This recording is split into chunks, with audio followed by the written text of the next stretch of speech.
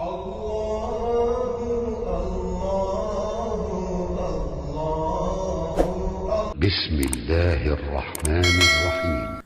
96 అల్ ముహీత్. సత్యాన్ని అసత్యమని ఒకరు తిరస్కరించినంత మాత్రాన అది అసత్యం కాబోదు. ధనబలంతో, అధికార బలంతో, ఇంకా ప్రపంచంలో అధిక సంఖ్య ఒక సత్య విషయాన్ని అసత్యంగా ప్రచారం చేసినంత మాత్రాన అది అసత్యం ఎన్నటికీ కాబోదు.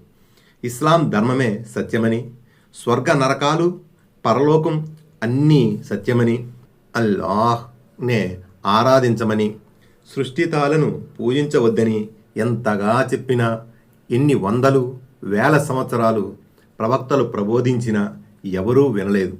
ఈ సత్యధర్మ సందేశ ప్రచారంలో ఎంతోమంది ప్రవక్తలు పిచ్చివాళ్లుగా పరిగణించబడ్డారు. కొంతమంది హత్య చేయబడ్డారు. కానీ వారు సత్యధర్మ ప్రచారాన్ని మాత్రం విడనాడలేదు. సత్యాన్ని ఆశ్రయించడంలో మనిషి శ్రేయం దాగి ఉంది. ఉభయ లోకాల్లో అతనికి ఎలాంటి భయము ఉండబోదు. మరణాంతరం శాశ్వత స్వర్గ సుఖాలు అతని కోసం ఏర్పాటు చేయబడ్డాయి.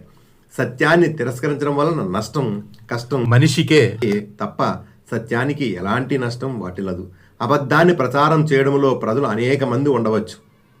వారికి అధికారం, ధనం, సమాచార ప్రసార సాధనాలు ఉండవచ్చు. సైన్యాలు కూడా వారికి అండగా ఉండవచ్చు. అంత మాత్రాన నిజం అదృశ్యమైపోదు. వారి కంటికి సత్యధర్మ దృశ్యం అదృశ్యమైనట్లే కనిపిస్తుంది. కానీ అది వారిని పరివేష్టించి ఉంది. వారు అసత్య ప్రచారంలో స్పృహ కోల్పోయారు.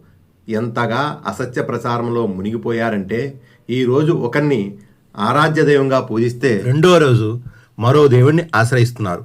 ఈరోజు సత్యమైనది మరుసటి రోజు అసత్యంగా మారుతుందా? ఆలోచించడానికి ప్రతి మనిషికి దేవుడు బుద్ధి జ్ఞానాలను ప్రసాదించాడు.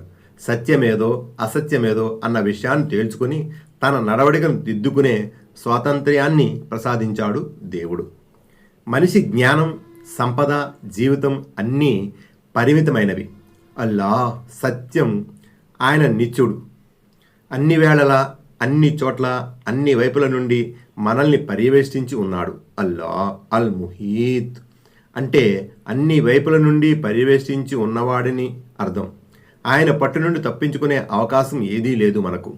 కాబట్టి ఆయన ప్రవక్తల ద్వారా, గ్రంథాల ద్వారా మనకు తెలియజేసిన సత్య ధర్మమైన ఇస్లాంను ఆశ్రయించడంలోనే శ్రేయం దాగి ఉంది. తిరస్కార వైఖరిని అవలంబించిన వారు తిరస్కరించడంలో నిమగ్నులై ఉన్నారు. వాస్తవానికి అల్లాహ్ వారిని చక్రబంధం చేసి ఉంచాడు. వారు తిరస్కరించినంత మాత్రాన ఈ ఖురాన్కు నష్టమేమీ వాటిల్లదు. ఈ ఖురాన్ మహత్తరమైనది. ఫలకంపై వ్రాయబడి భద్రంగా ఉన్నది. దివ్య ఖురాన్ 85:19-22